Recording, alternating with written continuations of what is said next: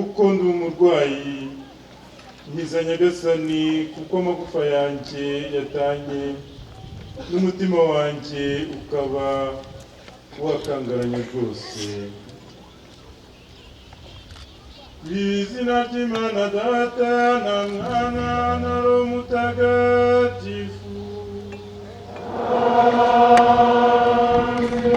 Inema y'Umwami wacu Yezu Kristu n'urukundo rw'Imana Data n'ubusabane kuri Roho Mutagatifu bihorane namwe.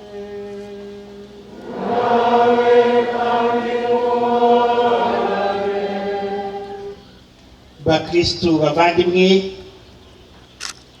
twifurije ikaze mwebwe mwese mwabashije kwakira ubutumire bwa Nyagasani Yezu Kristu nyir'impuhwe ngo muze kwifatanya natwe gutura isengesho dusabira abarwayi bacu.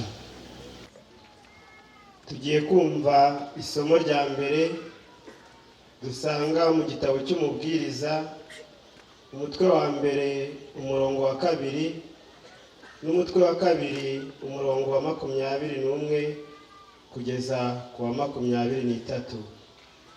Muri iri somo rya mbere turumva ko ibiduhihikanya byose byo ku isi si byo bituma umuntu agera ku mukiro, byose ni ubusa.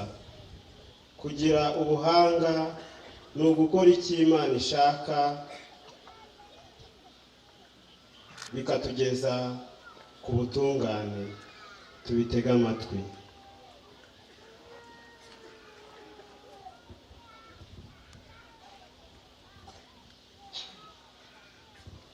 Isomo rya mbere, isomo ryo mu gitabo cy'umubwiriza.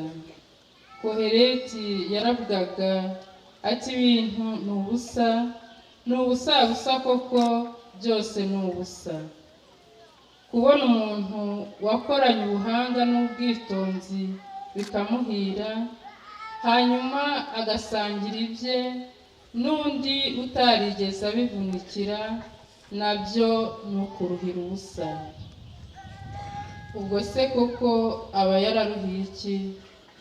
Yaragokeye iki? Afite inyungu ki mu byo yaruhiye ubuzima bwe bwose? Iyo minsi itabaze y'imiruho, uko guhangayikira ibintu, uko kurara utagohetse, nabyo ni ukuvunikira ubusa. Iryo ni ijambo ry'Imana.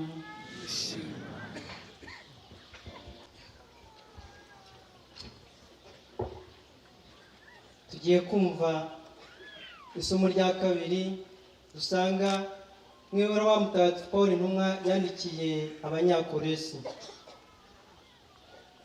Muri iryo somo Mutagatifu Pawulo intumwa aradushishikariza kurangamira iby'ijuru, tukirinda kurarikira iby'isi, dusenga ibyigwamana, kuko turi imbaga y'abemera Yezu wazutse. Turitega amatwi.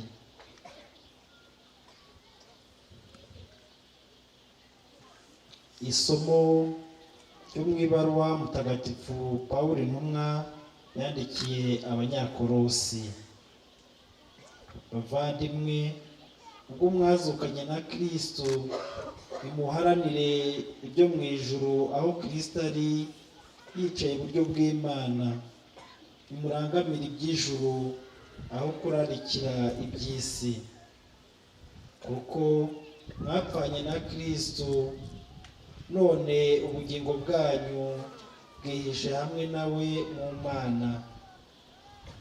Aho Kristo azigaragariza we bugingo bwanyu, icyo gihe namwe muzagaragara muri kumwe nawe mu ikuzo rwisesuye.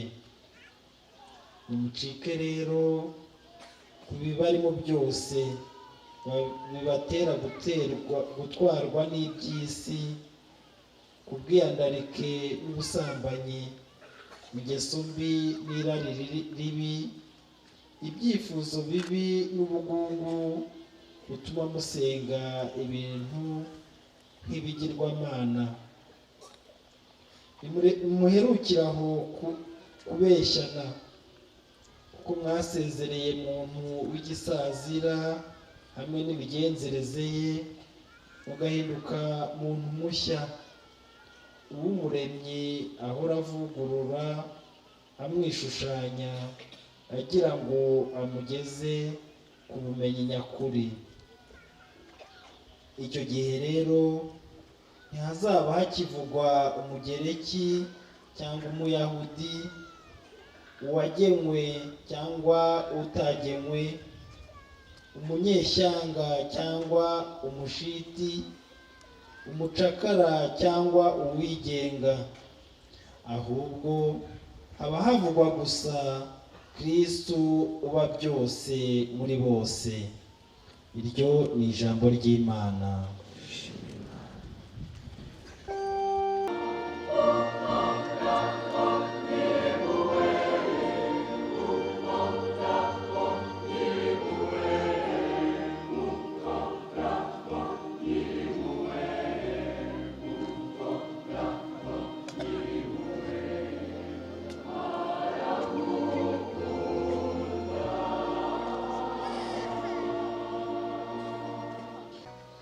Nyagasani Yesu nabane na hamwe.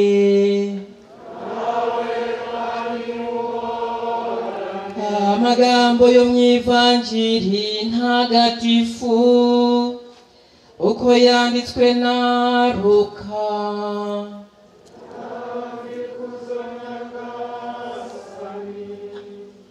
Muri icyo gihe umwe muri rubanda abwira Yesu ati, mwigisha, mbwirira umuvandimwe wanjye tugabane umurage wacu. Ariko we aramusubiza ati, wa muntu we, ninde wangize umucamanza wanyu cyangwa ngo mbagabanye ibyanyu? Yungamo ati, muramenye mwirinde kugira irari ry'ibintu, kuko naho umuntu yatunga ibintu byinshi bite, ntabwo ari byo byamubeshaho. Nuko abacira uyu mugani ati, habayeho umuntu w'umukungu wari wejeje imyaka myinshi. Aribaza ati, ndagira nte ko ari ntaho mfite mpunika imyaka yanjye? Nuko aribwira ati, dore uko ngiye kubigenza. Ndasenya ibigega mfite, nubake ibindi bibiruta, mpunikemo ingano zanjye n'ibindi bintu byanjye byose. Maze nzibwire nti, dore mfite ibintu byinshi mbonetse bizamara igihe kirekire. Ubu ngiye kuruhuka, njye n'umwe ndabagire. Ariko Imana iramubwira iti, wa kiburabwenge we, muri iri joro uri bunyagwe ubuzima bwawe. Ubwo se ibyo wahunitse bizaba ibyande? Nguko uko bimerera umuntu wikungahaza ubwe, aho guharanira ubukungu buva ku Mana.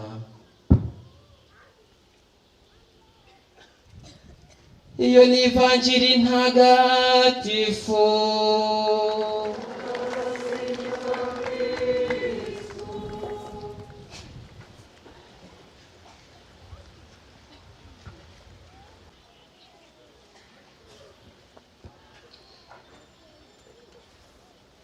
Muramenye mwirinde kugira irari ry'ibintu, kuko naho umuntu yatunga ibintu byinshi bite, ntabwo ari byo byamubeshaho. Nimuharanire ibyo mu ijuru, aho Kristo ari yicaye iburyo bw'Imana. Nimurangamire iby'ijuru, aho kurarikira iby'isi. Nimucike rero ku bibarimo byose bibatera gutwarwa n'iby'isi, nk'ubwiyandarike n'ubusambanyi, ingeso mbi n'irari ribi, ibyifuzo bibi n'ubugugu. bituma musenga ibintu nk'ibigirwamana, nimuherukiraho kubeshyana.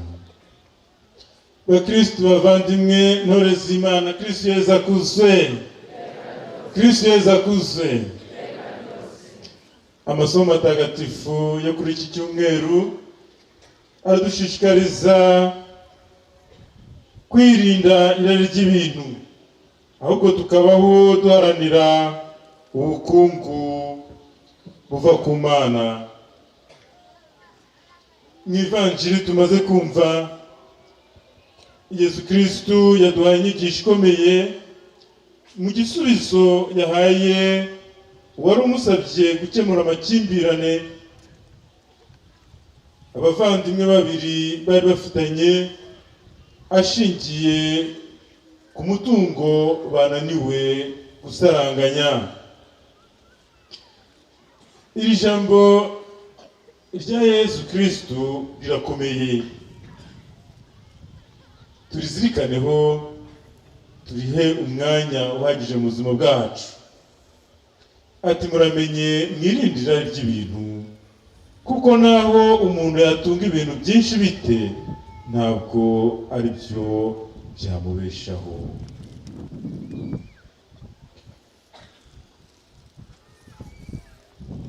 Umugani Yesu Kristo waduciriye uratwigisha byinshi. Abanyarwanda turavuga ngo umugani ugana kariho.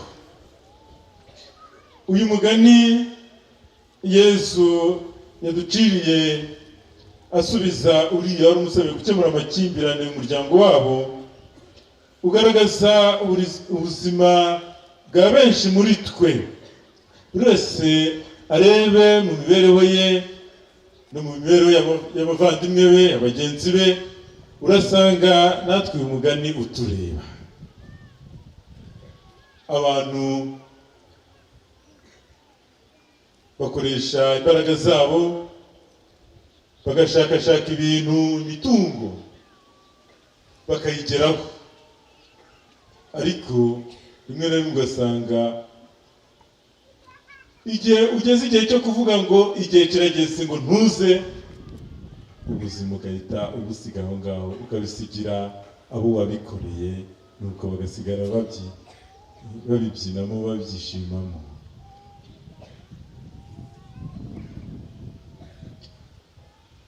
Kubaka inzu yawe uvuga uti inzu nzayituramo, wamara kuyuzuza, umaze kuyuzuza neza ugahita urwara nk'indwara,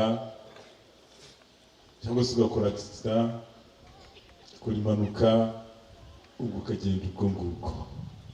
Usanga rimwe na rimwe umuntu arize akiga bigoranye, akagerageza ko iyo bwabaga, yamara kwiga arangije neza, ageze igihe amaze no kubona akazi keza, bajya kumva wa musore cyangwa wa mukobwa yitabye Imana. Rimwe na rimwe bikaduca intege, tukababara, tukivumbura, ugasanga byatuyobeye, twabuze icyo gukora imbere y'ibigeragezo bimeze bityo. Tubyita ibigeragezo.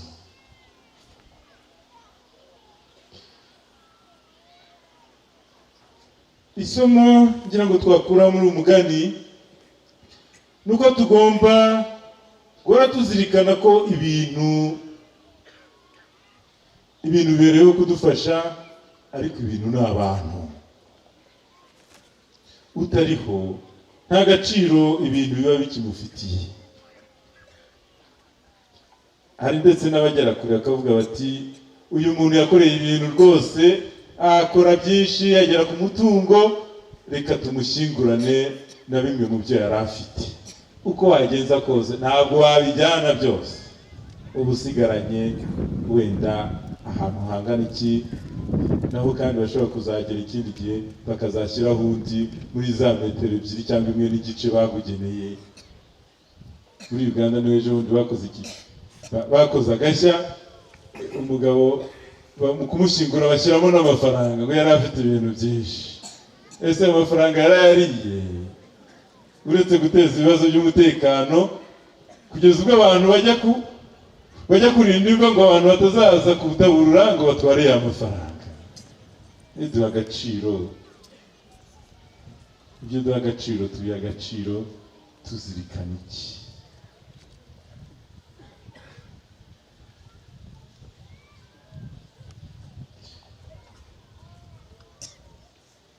Ibintu ni abantu koko, kuko abantu ari amaboko ashaka ibintu, kandi ibintu byaremewe kubeshaho abantu. Turebe mu iremwa ry'isi, Imana yaremye ibiriho byose, irema muntu ku nshuro ya nyuma, rwego rwa nyuma yaremye muntu, kuko kugira ngo abeho nuko ibintu biba biriho. Ari izuba, akeneye imihindagurikire y'ikirere kugira ngo abashe kubaho, akeneye amazi, akeneye ibyatsi, imbuto, ibiribwa, akeneye ibiryo bikomoka ku matungo, akeneye umwuka, akeneye ibintu byose kugira ngo abeho. Mu yandi magambo, umuntu ni icyo kiremwa gikenera ibintu byinshi. Uwaremwe wa nyuma ni ndera, ni umugore. Ubwo umugore niwe ukenera byinshi kuruta umugabo, kuko n'umugabo akenera byinshi kuruta amatungo. Uko tugenda turema dukurikiranye, ni nako dukenera byinshi cyangwa se bike dukurikije uko twaremwe.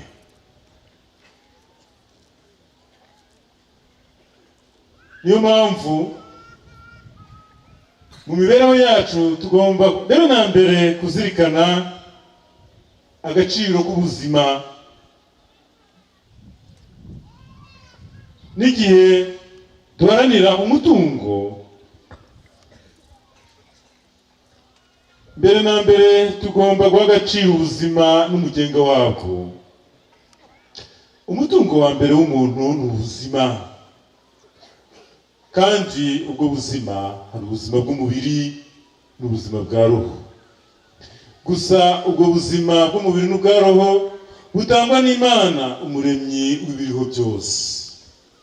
Niwe rero ukwiye guhabwa umwanya w'ibanze mu mibereho yacu, kuko niwe byose bikesha kubaho.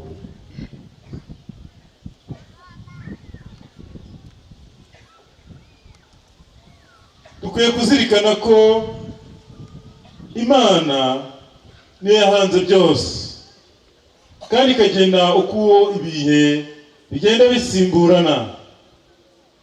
Tukazirikana ko umuntu Imana yamuremye imwishushanyije, maze imushinga ibyiza byose yaremye, kugira ngo abe igisonga cye agenga ibyo yahanze byose, kandi ngo asingirize umuremyi wa byose ubudahwema mu bintu bitangaje yakoze.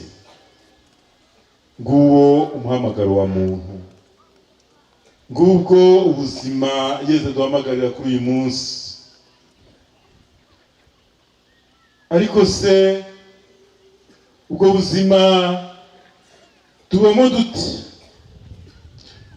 Iyo mitungo, ibyo bintu Imana yaremye, tubyakira dute? Tubibanamo dute nk'abantu Imana yabishinze ngo tubigenge, kandi tubonemo ukuboko kwayo kutubeshaho? Umutungo wa mbere w'umuntu nabivuze ko ari umubiri n'ubuzima, ubuzima bw'umubiri n'ubuzima bwa roho. Umutungo wa mbere w'umuryango ni abarugize, ni urubyaro, ni abavandimwe. Ahari umwiryane mu muryango haba igihombo cy'umutungo. Ndakeka buri wese ashobora kubona urugero. Usanga kenshi dusesagura imitungo yacu, turi mu manza cyangwa se n'izindi nzira z'ubuhemu zigamije kwigwizaho imitungo, ariko ugasanga amaherezo uretse kudutanya, uretse kuducesha agaciro, byose turangiza tukabisiga kandi tukabisigira abandi. Ingero ni nyinshi, reka mbere urugero rumwe namwe murafata izindi. Maze igihe kirekire guhera ikibeho, nabaye ikibeho, hanyuma nkajya nakira abantu batandukanye baje kureba umubyeyi Bikira Mariya no kumutura ubuzima bwabo. N'igihe nanyuze hano mu Ruhango, benshi twagiye tuhahurira, baje gutura Nyirimpuhwe ibibazo byabo. Muri iyi minsi ndi Kabuga, kandi mu butumwa nkorera Kabuga harimo no kwakira abo bose baba bakeneye ubufasha, gutegwa amatwi. Harimo rero umubyeyi umwe waje angana ariko afite ikibazo gikomeye. Ikibazo yari afite cyari ikibazo cy'umutungo, ikibazo cya kredi. Bafite umwenda wa banki wananiye umuryango kuwishyura, kandi uwo mutungo ukarushaho kugenda uzamuka. Benshi muri twe bafite icyo kibazo cya kredi na banki. Cyo muri banki ukaka amafaranga, kumvikana ko muzayishyura, ariko uko imyaka igenda yiyongera akagera ubwo umuntu abura ubushobozi bwo kwishyura, bikarangira nawe umutungo wari ufite bigenze gute, babigurishije ugasigara nta n'ubwo wari ubwishyu ufite, kandi waragiye kwaka kredi, hari aho wari ugeze ushaka kongera kugira ngo itunge byinshi. Uyu mubyeyi rero tuganira, naje gusanga ikibazo afite ntabwo ari ikibazo icy'umutungo ubwacyo, cyari ikibazo cy'imibanire. Urufunguzo rwari ikibazo cy'umuryango. Babayeho barakora, bamaze gushakana baratunga rwose, buri wese akora hirya akora hino, bagera kuri byinshi, baratunga, bagira amamodoka, bagira amasambu, bagira amazu. Barangije batari kureka dushake kredi, tubone amafaranga menshi, dukore, noneho tugejuru koko tugire byinshi. Bamaze gushaka kredi, haza kuvuga ikibazo, ise kibi yinjira mu muryango, azanamo amacakubiri. Umugabo kwa kundi nyine gusangira n'abandi baringaniye, bahuje amaboko, abagize gutya akubitana n'umukobwa n'umugore, hanyuma wari inshuti y'umuryango baza kugira gute, aca inyuma umugore bashakanye. Umugore arabimenya, abimenye abibwira umugabo, umugabo yanga kubyemera. Umugore akora ishoka byose arabimwereka, umugabo agumya kwihagararaho, birangira noneho kuvugana bitakibaye ngombwa, buri wese akajya areba undi mu maso, icyo kuvuga kikabura, ubwo imibanire itangira kuba bibi. Hagati aho bafite kredi, bazabona umwanya ryari wo kuganira ku nzira zo kwishyura. Udufaranga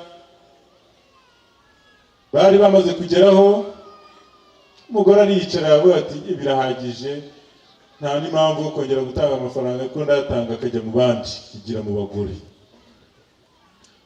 Umugabo nawe ati umugore amereye nabi, ngera mu rugo nta kigenda, nta jambo ntaki, abatangiye kwigira mu nzoga. Twa dufaranga bagombaga kujya batanga, bagira gute, atujyana akadusangira n'abavandimwe, ashaka nibura kwihunza imibabaro, nibura agataha yasinze kugira ngo abashe kuryama asinzire, yibagirwe agahinda umugore amutera. Umwaka uragenda urashira, nta kwishyura. Murabizi iyo umuntu amaze igihe kirekire atishyura uko bigenda, inyungu zirikuba, amafaranga ava kuri miliyoni 50 ahita yikuba agatagera kuri miliyoni 150. Imitungo bari basigaranye batangira kuza guteza cyamunara. Bareba mu mafaranga bafite batunze, bagasanga ndetse nayo bafite, kuko yashobora wenda kuvamo nka miliyoni 80, bagiye bafataga kredi basanga ubwabo bitanu bavamo, ariko ya kredi bafashe hari ibyo bayishyizemo nabyo byashoboraga kugurishwa wenda bigatanga andi ajya kungana nayo ngayo akagira akamaro. Ariko kubera kudashyira hamwe bakagombye kuba barabikoze cyagiye bakagenda bagabanya amafaranga yabaye ikibazo.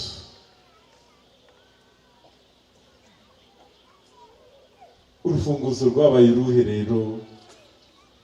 Urufunguzo rwabaye kwicara hamwe, noneho twagombaga kuba kwicara hamwe bakabanza bakavugurura ikibazo bagiranye, kuko aricyo cyatumye badatangira kwishyura. Nibwo kubahuza buri wese agerageza kwemera uruhare yagize. Ari umugabo yemera ko yagize ikosa cyo kutisubiraho, umugore agira imbaraga zo kubabarira. Hagati aho hariho yahageze umugore kurira birashira ahinduka igiti, ariko umugabo asabye imbabazi. Nicyo umugore yari akeneye cyonyine, kuko umugabo yageraga ubwo ati nibimubwira nkabyemera ubwo ndaba ntwitse isi. Ariko umugore yari akeneye ikintu kimwe, kwemera ko yabikoze kugira ngo babashe gukomeza umurongo w'urugo. Aho umugabo yemereye, umugore yabashije gukira igikomere yari afite cyo kurira, ararira. Hanyuma bafata imyanzuro, batangira inzira zo kwishyura, batangira kugurisha ibyo bari batunze, bemera kongera gusubira mu bukene. Ubu ngubu mbabwira basigaje miliyoni 12. Urufunguzo rwari ubumwe bwabo.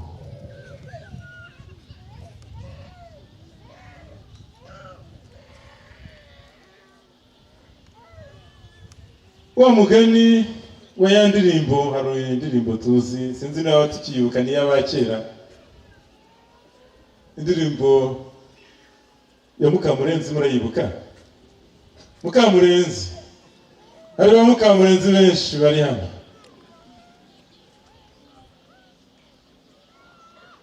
Hari abantu usanga baranira ibintu kuruta abantu. Mukamurenzi, hari benshi usanga rimwe na rimwe bashaka imitungo bakibagirwa ko iyo mitungo ifitanye isano nabo bari kumwe. Mu cyatumye ruriya rugo rugira ikibazo, umugabo yashakaga izindi nzira zo kongera umutungo we, agwa mu gishuko. Nyamara kubiharanira hatarimo ubwumvikane n'ubusabane, byatumye n'ibyo bari bafite byari byataye agaciro.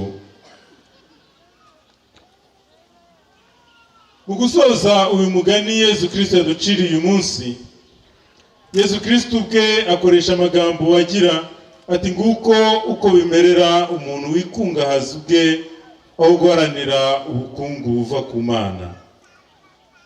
Nibyo kuko twabyumvise mu isomo rya mbere, ibintu ubwabyo ni ubusa, ni ubusa, kuko ibintu biriho kugira ngo bidufashe kubaho.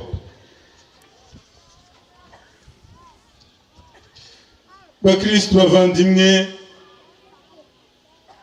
muri iyi munsi hadutse ikibazo gikomeye tugomba kwitondera. Ikibazo cy'imitungo kirimo kiyogoza imiryango myinshi.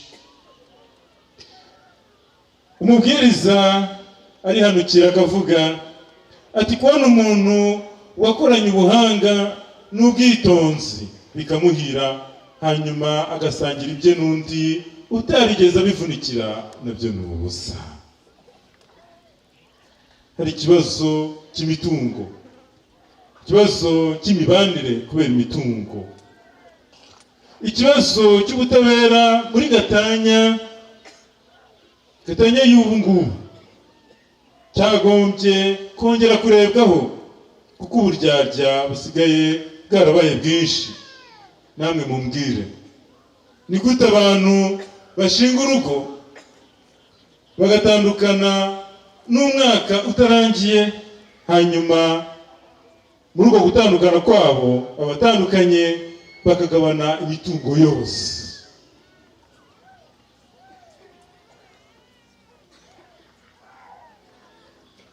Ubu ngubu abantu basigaye bashyingiranwa n'imibare. Umukobwa akicara akavuga ati uriya muhungu afite amafaranga, ndamucunga mpaka biriya bintu bye nzabitwara. Akaza akakwegera rwose akwereka urukundo, akakuvana mu byawe, warangiza mugasezerana, shyingiranwa rwose bimeze neza. Hashira ukwezi kumwe cyangwa abiri ugatangira kubona noneho ukuri kwe, kandi akabikora adaharaniye ko mubana, ahubwo ari ukugira ngo mubone uko mutandukana, ukajya ku nkeke, bikarangira mugiye mu manza mwatandukanye, kandi za manza zigamije iki? Kugucuza twa tundi mukatugabana. Babyita ngo ni ugushaka igishoro.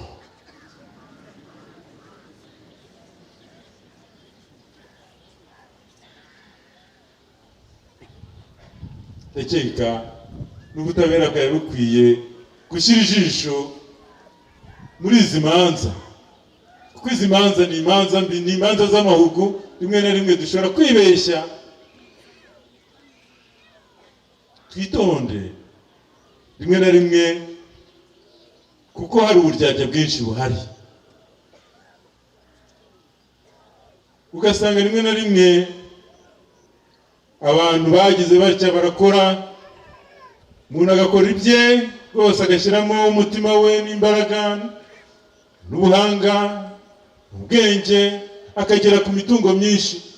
Byamara kuyigeraho hakaba habonetse uburyarya bukabije bwo kumucuza bya bindi, bikarangira abitaye akabisiga, wenda yishwe cyangwa se arenganijwe. Ibyo ubyo tubamo, ubuzima busigaye budufasha muri iki gihe turimo, bituma abantu rimwe na rimwe bacika intege zo gukora. Aha ngira ngo ntabwo bihagije kumva ko ibintu ari ubusa, kuko hari n'ababyitwaza bagahera nko kuri iri jambo ry'umubwiriza ryo gusangira n'uwakoze, wowe wiba wiyicariye ugatungwa no guhora ucura imigambi yo kwambura abandi. Dusabe n'ingabire yo kwirinda ubunebwe, dukore dukoresha amaboko yacu, ariko ibyo byose tubikore tuzirikana ko ubitanga ari Imana, niduha umwanya w'ibanze.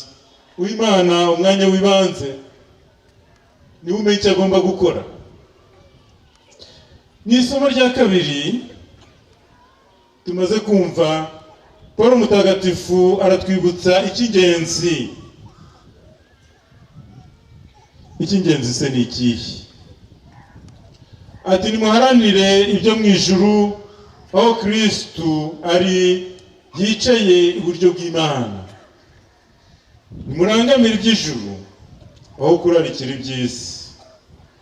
Nimucike rero ku bibarimo byose batera gutwarwa n'iby'isi, ubwiyandarike n'ubusambanyi, ingeso mbi n'irari ribi, ibyifuzo bibi n'ubugome, bituma musenga ibintu nk'ibigirwamana. Nimuherukire aho kubeshyana. Bakristu bavandimwe ntore z'Imana, Kristo Yezu akuzwe. Ese ni izihe nzira ducamo dushaka imitungo? Ni izihe nzira ducamo dushaka ibyo bintu byose? Hari inzira z'ubukristu nazo zirahari, dushobora kunyuramo tukagera ku mitungo myiza kandi ishimishije, naho twayisiga tukayisiga ariko twarayironse mu nzira zitunganira Imana. ariko hari n'abandi usanga bahitamo izindi nzira, inzira z'ubujura, inzira z'ubugome, z'ubuhemu, inzira za sekibi, inzira z'ubuhabara. Hari ndetse n'abagera kure bakemera kugirana igihango na sekibi, rimwe na rimwe bikabaviramo ibibazo bikomeye. Usanga na hano barimo baje gusaba ingabire yo kurokorwa kuri sekibi, kandi ubwabo aribo bateye intambwe bajya kugirana igihango nayo. Hari abanyura mu marimbi bakajya gushaka imitungo, hari abinjira mu mazi, mu biyaga, mu migezi bagiye gushaka imitungo. Hari amadini menshi yiyitirira Kristo kandi mu by'ukuri atari na Kristo, usanga icyo bagamije rimwe na rimwe ari ukugira ngo babashe kubona imitungo. Ka wa mugani wa muntu wasuhuje mugenzi we aturaho neza muvandimwe, undi ati nta mibereho rwose, narakinye ubutindi bumereye nabi. Ati se nta n'itorero washinze? Urumva natwe aho tugeze. Unasigaye areba hirya no hino yabura imibereho agashinga itorero kuko bazi neza ko ntazahabonera imitungo. Ese ni izihe nzira tunyura kugira ngo tugere ku mitungo? Ese imitungo dufite, ubukungu twibitseho bukomoka hehe? Twaburonse dute? Mu zihe nzira?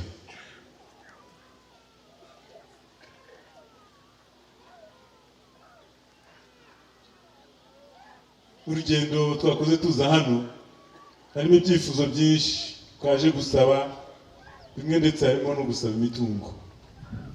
Ese bakristo bavandimwe, twaje gusaba iki Yezu Kristo Nyirimpuhwe? Hari abaje gusaba ubuzima buzira umuze, shaka ubuzima. Abo ni abarwayi, ubuzima bw'umubiri. Kuki dushaka ubwo buzima bw'umubiri? Turabushakira iki? Butumarira iki? Ubuzima bwa roho. Abanyabyaha bakeneye gutandukana n'ibyaha kugira ngo Nyagasani abaye kugira ibyishimo, ko n'ubuzima bw'ibyaha nta byishimo buba bufite. Baje no gusaba imitungo, bafite ikibazo cy'inyatsi nabo barahari. Umuntu agakora ariko akabigwa ibyo akora iyo bigana, akabona akora ariko nubwo akora ntagire icyo ageraho. Imitungo irimo ibice byinshi. Hari umutungo wa mbere ni ubuzima bw'umubiri n'ubwa roho. Hari ugusaba umuryango. Abasore baje gushaka ingabire yo kubona uwo bazabana mwiza, uzamufasha kujya mbere. Hari n'abakobwa baje gusaba abagabo bababuze babakeneye. Hari ababyeyi baje gusaba urubyaro, bafite ikibazo cy'ubugumba. Hari ndetse n'abaje gusaba imitungo nk'ibintu. Ese waje gusaba iki Yezu Nyirimpuhwe? Ese icyo umusaba urakimusaba n'uwe mutima?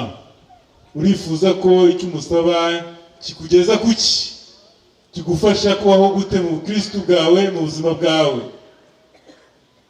Yezu Kristo aratwibutsa ko icyo tugomba guharanira mbere na mbere ni uguharanira uwo byose bikomokaho, nyir'ubuzima,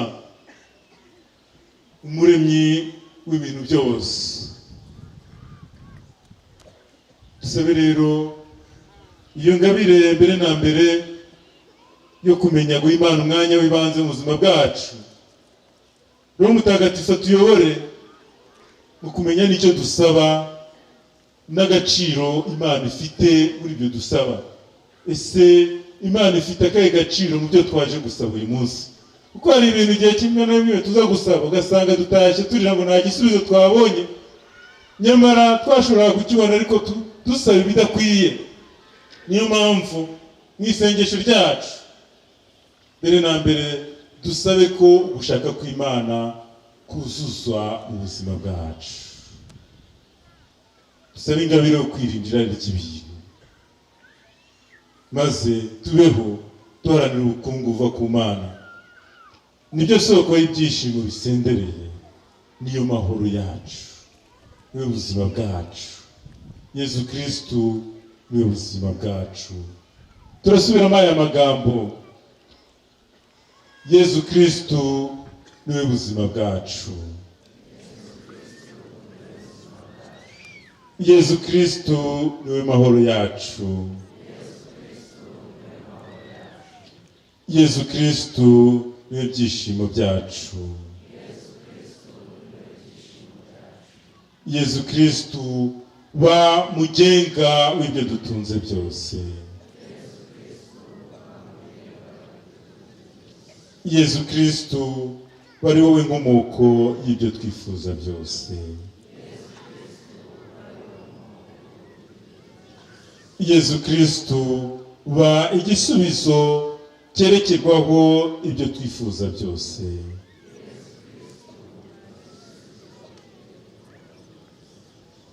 Ibyo dukomeze tubisabirane muri iki gitambo cy'Ukaristiya. Nyagasani Yesu nabane namwe.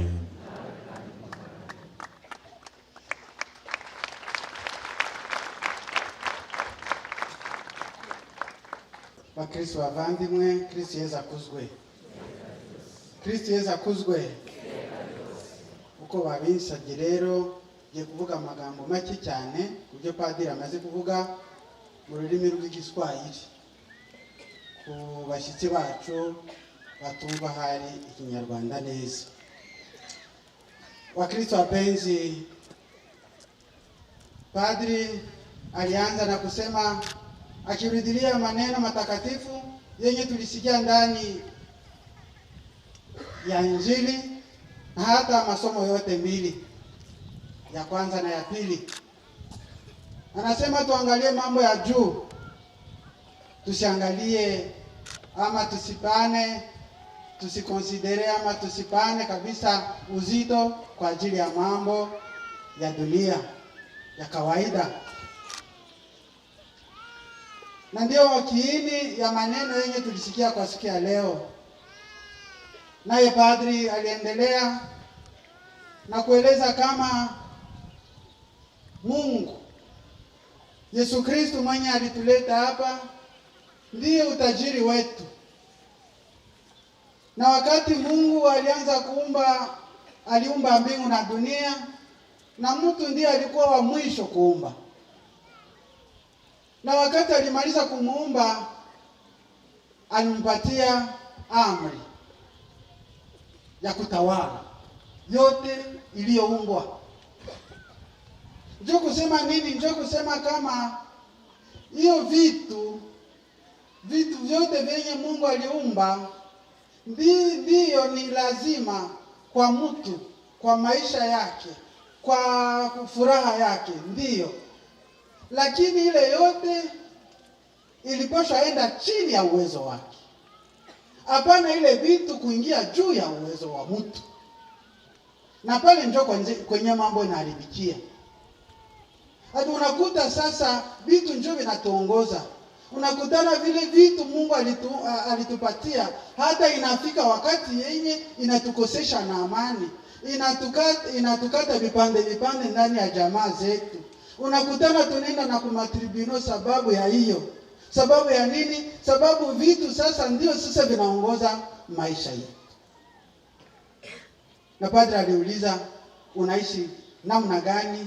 Hiyo utajiri Mungu alikupatia, hiyo mambo ndio inakuongoza ama ni wewe sasa unaiongoza? Na ndani ya Injili tulisikia huyo kijana mwenye alifika akamuuliza Yesu, akasema, sasa Bwana, ati tusaidie, sababu tunashinda kugawanya mali yetu.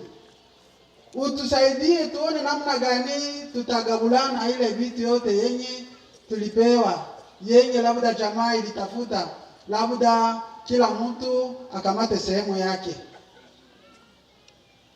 Na padri alipana mfano akasema kuko ka surprise moya hivi kalikuwa Uganda.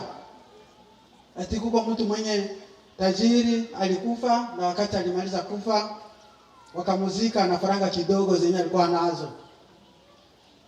Na ile faranga yenye walimuzika nazo na watu walijua, na ile haikukuwa kitu yenye inamfalia labda sino kuleta insecurity ama kuleta maneno, sababu watu walikuja wakatafuta kuzikula ube kutosha, kutafuta ile franka, kuchimbula na kutafuta ile franka kusudi babebe.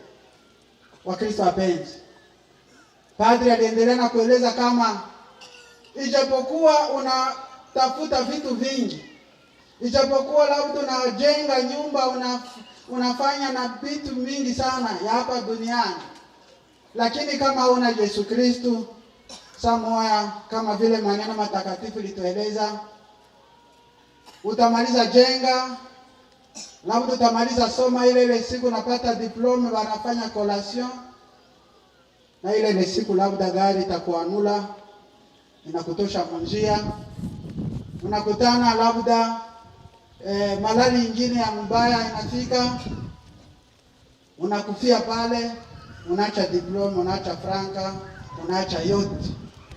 Na wakati tunazikwa ni metre moja, 1 metre sur 10 ama sur 20. Haleluya. Wakristo wapenzi, padri anaendelea na kusema kama ile yote ni bure kama hatuna Mungu ndani ya maisha yetu, sababu Mungu tu, wakati tuko na Mungu ndani yetu, na ndipo sasa ile vitu yote yenye tuko nayo lazima itakuwa na maana ndani ya maisha yetu. Itatusaidia kumuona, itatusaidia kumkuta, itatusaidia kusikia furaha, sababu yote yatoka kwake na yote yarudi kwake kama sifa. Na padre ameendelea na kutueleza mfano wa mtu mwenye alikuwa na madeni kubanki, na probleme kufika shida ikakuwa mnyumba, na wakati ile shida ilifika kusudi sasa waende kulipa kubanki ikashindikana, na banki sasa, unajua kama hayo haikuwake na huruma, kama hakukwake kitu yenye haikuwake na huruma hapa kwa hii dunia, ni kitu yenye inaitwa ni mtu mwenyewe anaita bank. Ile banki hayo mulumizane kule, mkulane kule, hayo tu inaendelea na hali yake. Na wakati yenye ilifika, hakuna sababu ya ile shida ilikuwa kunyumba, sababu masikilizano haiko, ilikuwa sasa nini? Ilikuwa banki nakuya bila huruma, wanaanza sasa kujisha ile mabitu yote. Lakini Mungu asifiwe, sababu wakati mmoja walifika sasa, wakasema sasa, wakakaa pamoja, wakaongea, na wakati dialogi ilianza kuingia, mambo ikaanza kutembea polepole, na kwa siku ya leo Mungu asifiwe, sababu wanataka kumaliza deni. Lakini kitu yenye alitafuta kusema ni nini? Ni kuwa kuko samo ya moya shetani anafika, anazungurusha mkia yake kwa ile mabitu, ile vitu Mungu alitupatia. Na ile tunapaswa kufanya angalisho, sababu nakutana na ile vitu yenye Mungu alitupatia, wakati hakuna masikizano, wakati haituonyeshe Mungu, wakati haituonyeshe mapendo, wakati haituonyeshe amani ya kweli, unakutana sasa shetani anaingiza ndani mkia, na ujue sasa tufike ndani ya ile furaha ya kweli ya kuishi vitu vyetu, unakutana sasa ile vitu yenye tulipasha kuangalia na kuweka mbele ya Mungu na kutafuta Mungu ndani ya ile yote, unakutana sasa njoo inakuwa kiini na chanzo ya magumu na mateso yetu. Wandugu wapenzi, padri anamaliza na kusema tuangalie sasa Mungu mwenye alitupatia yote, na wenye walikuja kutafuta ndio labda kuna wenye walikuja wanasema basi labda tuko na ile madeni. Yesu Kristo anakuwa na franga na alipaka na madeni. Hakuna kuko wenyewe wanashida wako wanahamahama kila siku juu habana kazi na habana nyumba, habana parcel, kwenda kupanga kila siku kamurago kukichwa. Unakutana watu bamoya hawajui kama na leo magharibi watakula nini.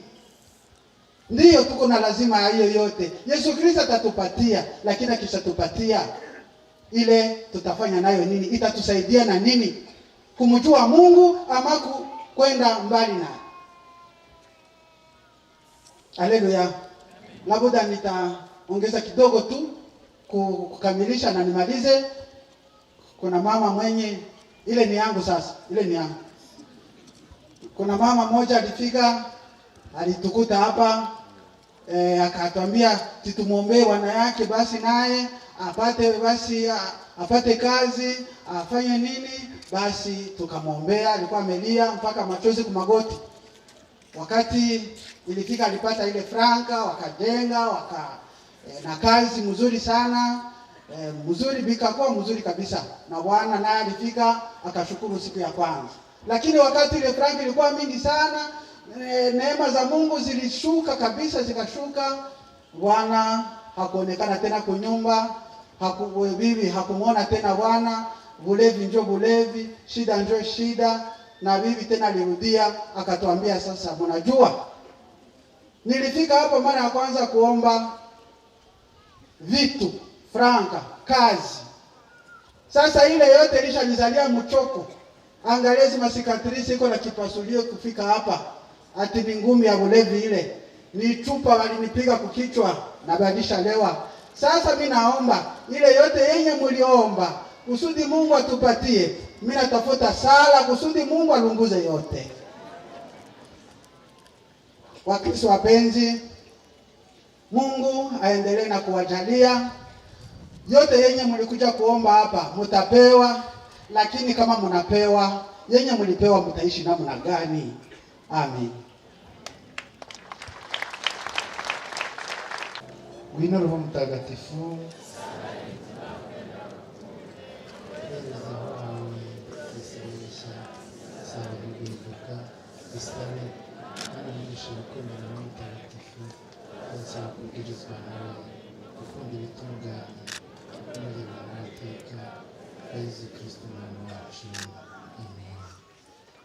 Kristo Yesu akuzwe. Jewe nitwa Elia Nibwirizwa, abambarizwa muri communauté ya Emmanuel, ariko nkaba ntuye muri paroisse ya Ngoma muri diocese ya Butare. Aka kanya rero nkuko mubimenyereye, mbere yo kugira ngo Yesu aze adutambagiramo, turabanza tukamutega amatwi mu ijambo rye. Tugeze ku munsi wa 4 mu kwezi kwa Kanama, ukwezi tumenyereye ko kwitwa ukwezi kw'impuhwe.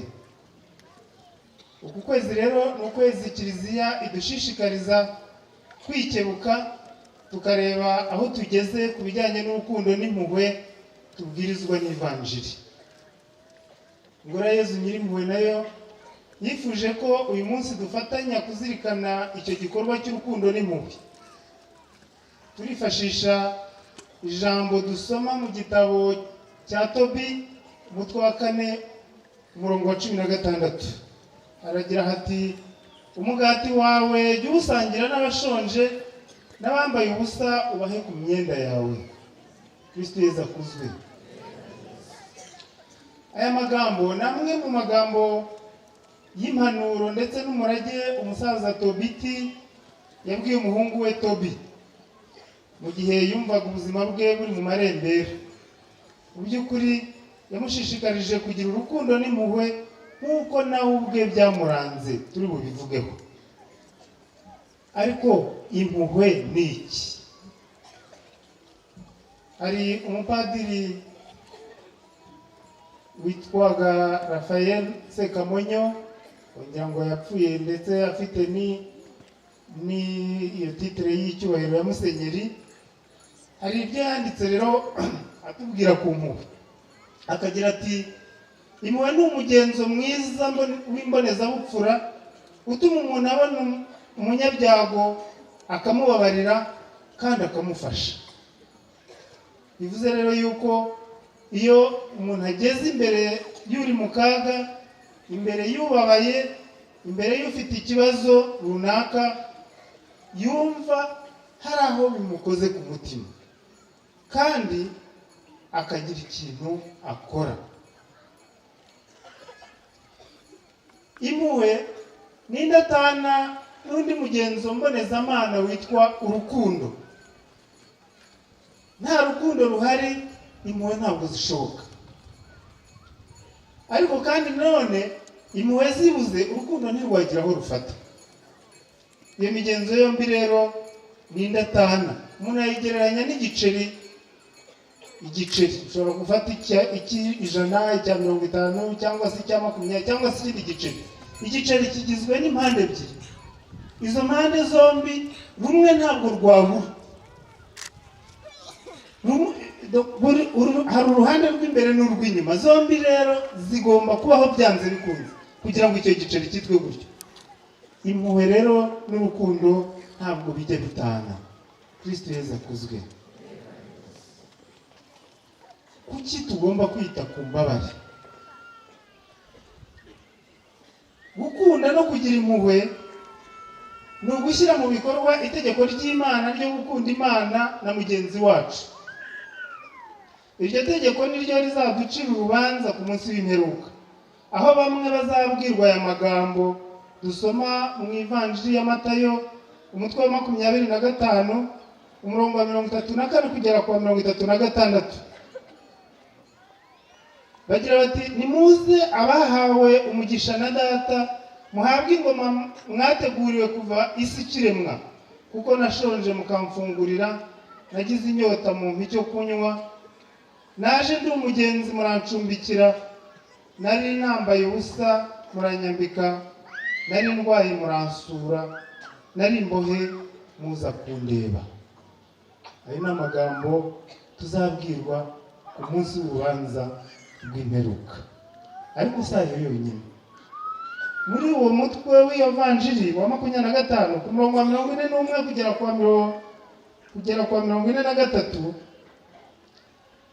nanone haragira hati, nimwumve iruhande mwabivume mwe, mujye mu muriro w'iteka wagenewe Sekibi n'abamarayika be, kuko nashonje ntimwamfungurira, nagize inyota ntimwampa icyo kunywa, naje ndi umugenzi ntimwancumbikira, nari nambaye ubusa ntimwanyambika, nari ndwaye cyangwa ndi imbohe ntimwaza kunsura. Kristo Yesu akuzwe. Maze gusoma aya magambo naratekereje ndavuga, ariko abantu nzababwira aya magambo mutekereze nk'aka kanya Yesu ubwo yatubwiye ngo ntituzamenya isaha n'igihe, ubatungutse ku bicu hariya, fora igikorwa cy'impuhwe cyatuma ujya mu bahawe umugisha na Data ni ikihe? Kristo Yesu akuzwe. Niba gihari, Nyagasani nabisingirizwa. Niba nta gihari, birakwiye ko byihutirwa kandi ukagira ikintu ukora ku buryo bufatika, kugira ngo nawe uzabarirwe mu bahawe umugisha na Data. Uriya musaza Tobiti twavuze dutangira, we n'abandi Bayisiraheli bari barajyanywe bunyago mu gihugu cy'amahanga. Barahasonzeye rero, bahahurira n'ubukene ndetse bakanicwa. Uyu musaza rero nk'uko we abyivugira mu mutwe wa 4 w'igitabo cye, mu gitabo cya Tobi, kubera kuzirikana Imana n'umutima we wose, yaga abashonje ku mugati we, abambaye ubusa akabaha icyo bambara, abo bishe akihisha akabashyingura kugira ngo atagirirwa nabi, adahanwa. Rero wowe ni iki gikorwa mu by'ukuri cy'impuhwe nk'uko nabivugaga, cyagushyira muri babahire abahawe umugisha na data bakajya iburyo bwe? Ni ikihe? Nimusoma neza umutwe w'ivanjiri ya Matayo, umutwe wa 25 uhereye ku murongo 31 ukagera ku wa 46, batwereka uburyo ku munsi w'imperuka Nyagasani ntabwo azatubaza inshuro twumvise za misa, ntabwo azatubaza inshuro twateraniye hano mu ruhango hamwe n'abandi, ntabwo azatubaza inshuro twagiye mu biterane byateguwe n'amatorero yacu. Ndabizi ko hari n'abandi bo mu yandi matorero.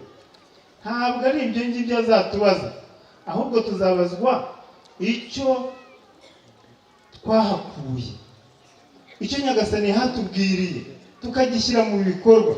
Kandi nta kindi burya Nyagasani icy'ingenzi dusaba ni ugukundana no kugirirana impuhwe. Y'iki cyo uzahemberwa, y'iki icyo nzahemberwa. Kristo Yesu akuzwe. Mutagatifu Yakobo mu ibaruwa ye ku mutwe wa mbere umurongo 27 aratubwira ngo iyobokamana risukuye kandi ritagira amakemwa mu maso y'Imana Data niringire no gusura imfubyi n'abapfakazi mu magorwa yabo, kwirinda ubwandu bwose bwo kuri iyi si kugira ngo ube umuziranenge. Hanyuma agakomeza ku murongo wa 17 w'umutwe wa 4 w'ibaruwa ye akavuga ati umuntu ushobora gukora icyiza ntagikore abacumuye. Bivuze rero yuko kubura impuhwe, kubura urukundo, ubucumuriye Imana. Ariko tugira impuhwe ugasanga ni impuhwe zitari impuhwe mu by'ukuri. Mutekereze umuntu ushobora kugirira impuhwe umuntu uje kumufunguza ukamushyira ibyo kurya, warangiza ukareba hafi aho mwajugunye ikarito muri puberi ukayihungura, ubwo ubugize neza nabwo ukamusukiramo ibyo kurya kugira ngo atanduza isahani yawe. Bijya bibaho, birashoboka. Wamugirira impuhwe wenda ababa mu giturage ukaba wamucira agakoma akaba ariko umusukiraho kugira ngo atanduza isahani yawe. Rimwe na rimwe tukabimuhera inyuma y'igipangu kugira ngo wenda isazi zimutumaho zitadukurikirana. Izo ni impuhwe zitari zo, ni impuhwe zidafite ishingiro. Nigeze gukora muri diyoseze ya Butare, nakoreraga mu biro bishinzwe ubukangurambaga mu by'Imana. Muri ibyo biro habagamo n'igice cyita ku batishoboye, ku bafite ibibazo. Muri icyo gice rero twigeze kugira umuntu wari ufite ubumuga, ntiyahagurukaga, noneho akagira akagare yagendagamo, tuza kumucaho dusanga karashaje pe, karashaje, kararwaye. Iyo bamusunika ni ukugenda bakubita ibyuma, mbese ubona karashaje. Dufata icyemezo rero cyo kumugurira akandi kagare. Umunsi wo kumujyana, kubera yuko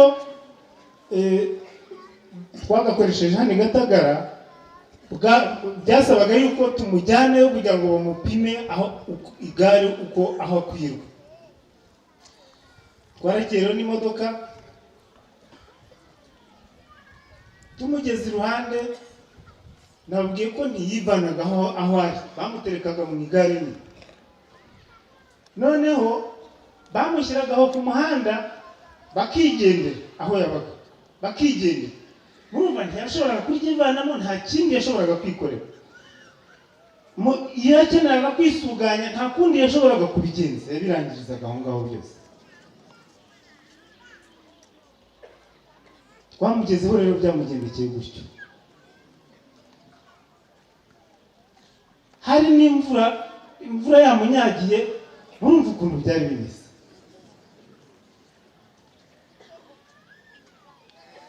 Twagombaga kumuterura kugira ngo tumushyire mu modoka twicarane nawe.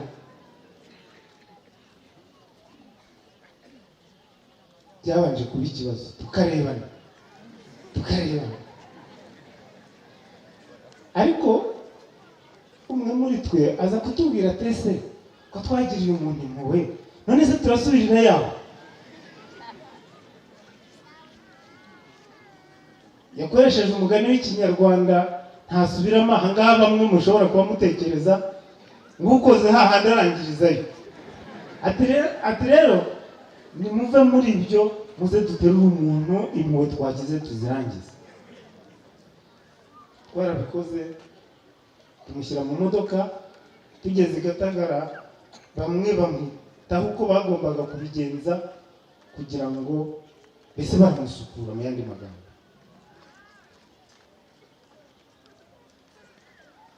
Byagenze neza, ariko hari igihe dushobora kugira impuhwe ntizigere aho zigomba kugera. Nicyo nari nteruriyeho, tukagira impuhwe zitari impuhwe.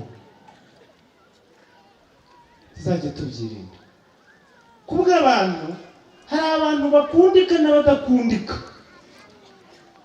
Sinzi niba mubyumva, hari abantu bakundika n'abadakundika. Abanyarwanda bakavuga ngo umwana wundi abishya inkondo. Burya biratugora kugirira impuhwe abantu bakennye cyane. Biratugora. Abantu basa nabi biratugora kubagirira impuhwe.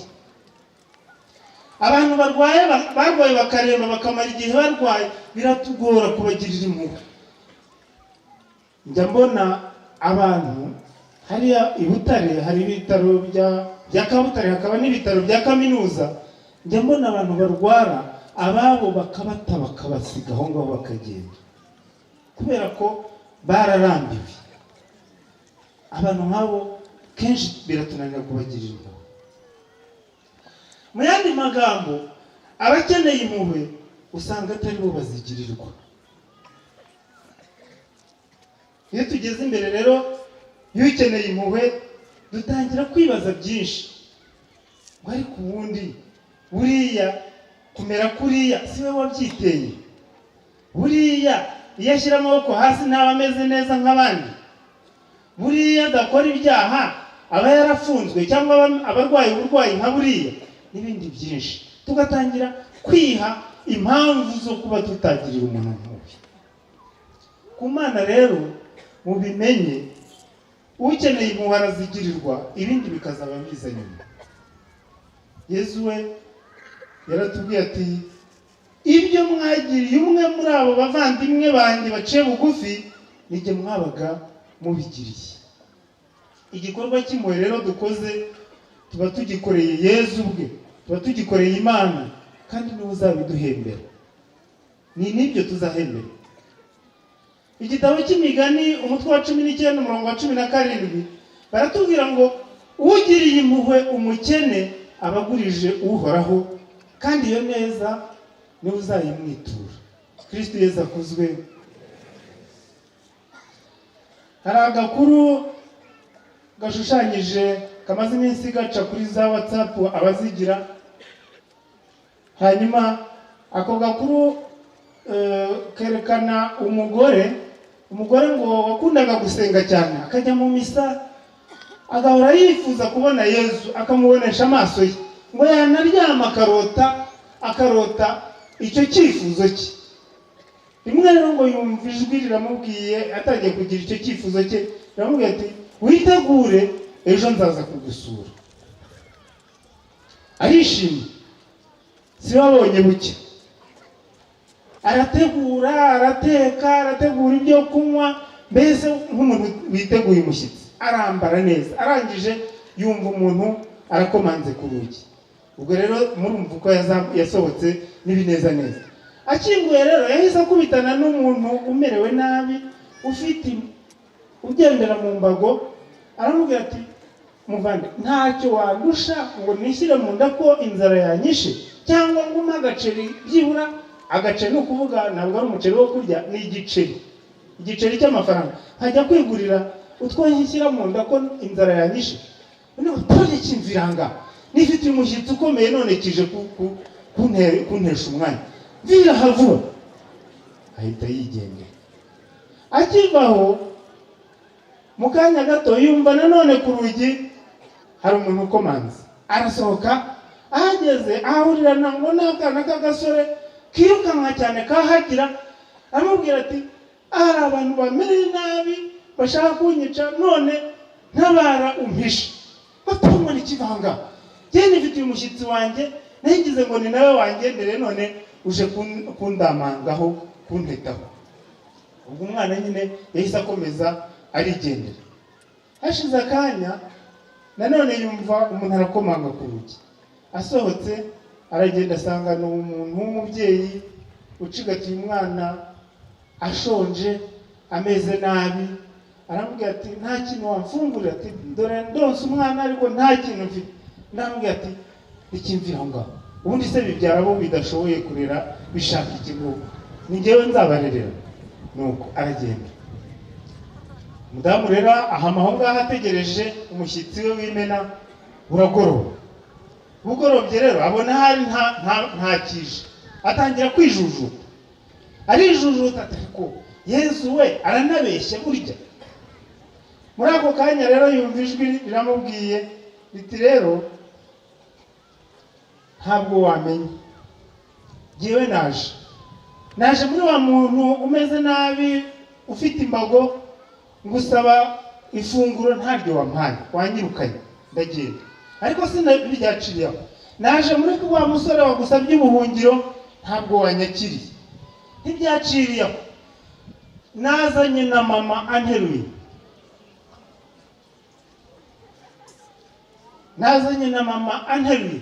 nabwo wanyirukanye, ntabwo wanyakiriye. None se wagira ngo ngenze ne muvandimwe wanjye? Umugore rero aratangira avuga ati iyo mbimenye. Bavandi, ntimuzagwe muri icyo gishuko kivuga ngo iyo mbimenya ntabwo ari byiza. Rero kugira neza ntabwo bikorwa ku matariki runaka, ntabwo bikorwa mu kwezi kwa munani, ntabwo bigira umunsi, ntabwo bikorwa twaje hano kwa Yezu Nyirimpuhwe. Kugira neza ni ibya buri munsi, bihoraho, ni ibya buri kanya. Ushobora kuba waje gusenga hano ugahura n'ugusaba impuhwe ku nzira uri muza, ugahura n'ugusaba impuhwe mu modoka wari wicayemo, ugahura n'ugusaba impuhwe naho ngaho wicaye, birashoboka. Yenda birashoboka ko hari uwari umeze nawe akakubwira ati gira hirya mbona uko nicara, uti reka da nahigereye kare.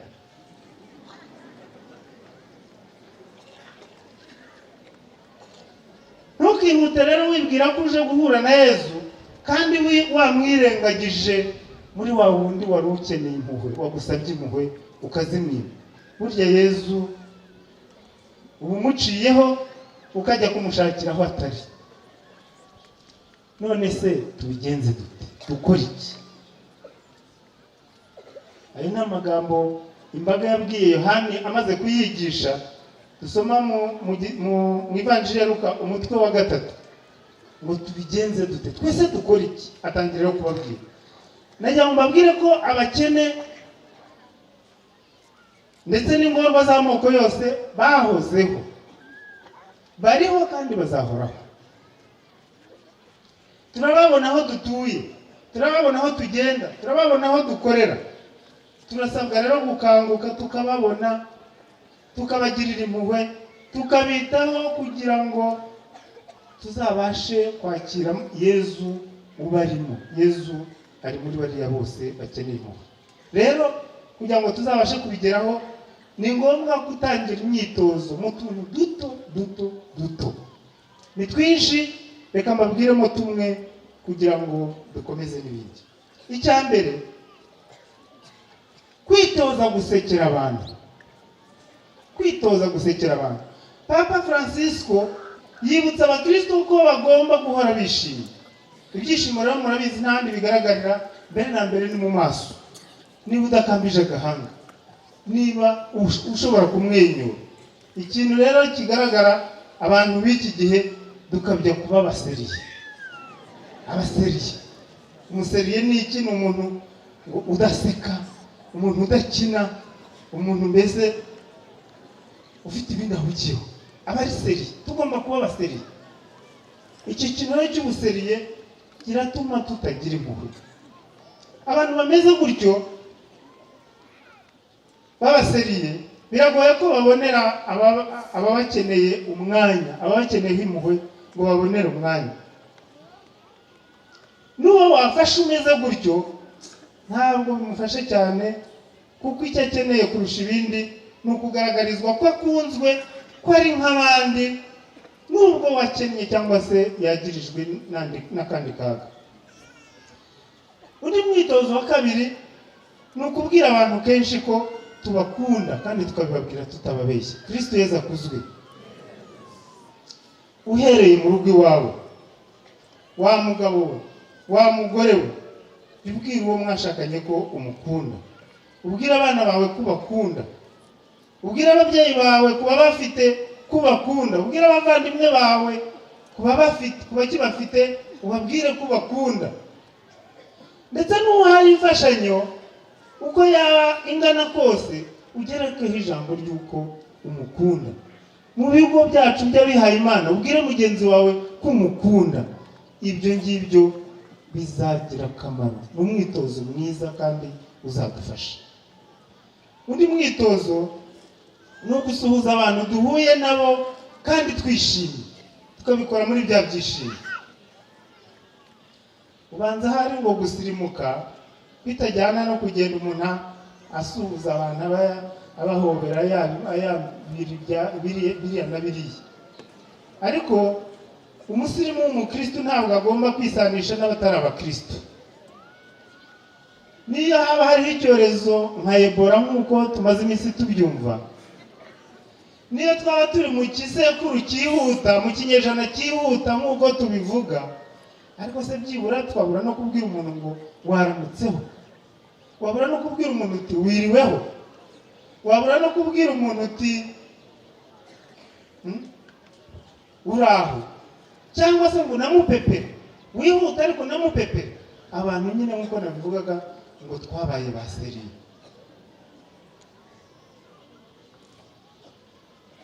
Bavandi, aho wicaye aho, bwira mugenzi wawe uti wiriwe, kandi mubwire uti ndagukunda, kandi bimubwire rwose mu kuri kose.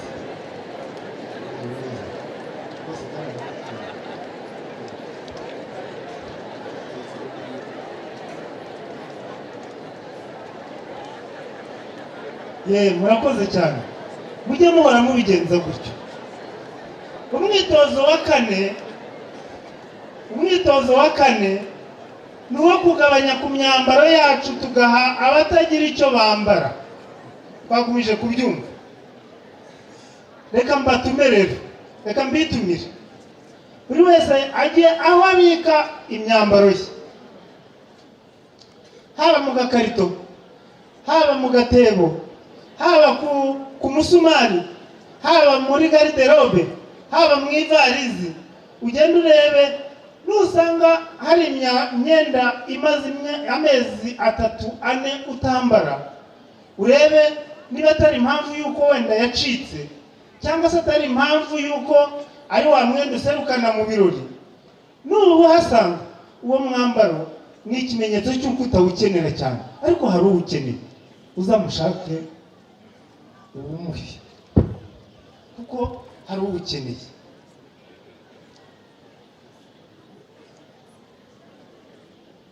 Kandi nubigenza gutyo uzabihemberwa nk'uko twabyumvise. Umwitozo wa 5 ni ukugaburira abakene. Ntabwo bikwiye ko turya umukene dukanuriye amaso ngo niturangiza twegeranye ibisigaye ku masahani aba ari byo tumuhereza, imiranga y'ibyo twariye. Ntabwo bikwiye ko dufata ibyo kurya byangiritse hari igihe tubona byagaze cyangwa se byabuze ukavuga uti ariko ibi ngibi hari uwabikenera. Nibyo koko ashobora kubyakira, ariko burya umuburiye icyubahiro. Ni ugusuzugura umuntu, kandi burya iyo usuzuguye umuntu uba usuzuguye n'Imana yamuremye.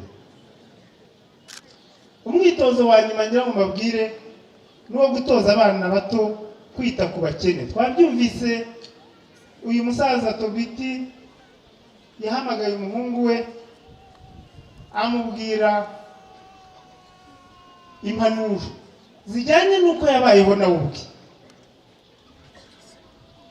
Aramubwira tuzajye wubaha Uhoraho, wubaha amategeko ye, wirinde ubuhendanyi, utanga imfashanyo ku byo utunze. Arakomeza ageraho amubwira ati umugati wawe uzajya uwusangira n'abashonje, n'abambaye ubusa ubahe ku myenda yawe. Ibyo utunze by'akarenga jya ubitangaho imfashanyo, kandi ntukarebe icyo utunze ngo ugire akantu. Ibyo ni Tobiti wabibwiye umwana we. Namwe mujye mubigenza gutyo. Abafite abana mujye mutoza abana batoya kugirira abandi impuhwe. Hari umuryango twigeze kwakira hano mu ngoro ya Yezu Nyirimpuhwe, bari bafitanye ibibazo, ariko baza gufata icyemezo cyo kugira ngo bashake abantu babafasha ibyo bibazo bikemuke, babane mu mahoro.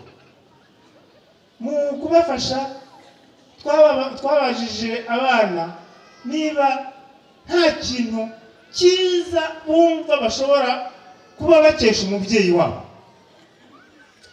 Ikintu gitangaje ni ukumva ko buri mwana kandi ukwe avuga ati jyewe umubyeyi wanjye ikintu numva nasigaranye nuko buri gihe yatubwiraga ngo ntazagira umukene winjira iwacu wasohoke gutyo uko yinjiye. Ati ibyo rero buri wese nuko yabivugaga. Ati ibyo rero byambereye nk'umurage no mu rugo iwanjye.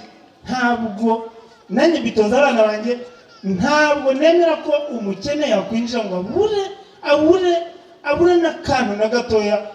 Muza n'icyo namuha n'uruhu rw'amazi. Kristo Yezu akuzwe. Twaje rero gusaba Nyagasani Yezu kutugirira impuhwe. Ari abarwaye, padiri yabivuze neza, ari abugarijwe na roho mbi, ari abafite imyenda, ari abugarijwe n'ubukene, ari abafite impagarara mu ngo zabo cyangwa se mu kazi n'ibindi byinshi. Hari byinshi twaje gusaba Yezu Nyirimpuhwe ngo atugirire impuhwe, adutabare. Nyagasani rero yiteguye kutugirira impuhwe, yiteguye kuduha ibyo dukeneye, yiteguye kuduha urubyaro, yiteguye kutwirukanamo roho mbi nk'uko abavandimwe bamaze kubitubwira, yiteguye kudukiza ubwo burwayi bwose. Ariko hari icyo nawe agusaba, hari icyo nanjye ansaba, nuko natwe tugirira abandi impuhwe. Hari umugabo witwa Comfort, yenda hari abamuzi, yaravuze ngo umuntu w'umukire kurusha abandi ni umunyabuntu, ni umuntu ugira ubuntu. ngo naho umuntu w'umukene kurusha abandi ni umunyabugugu.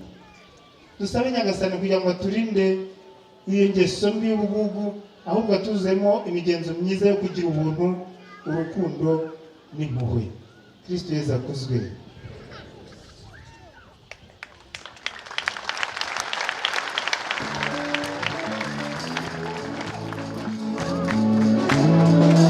You are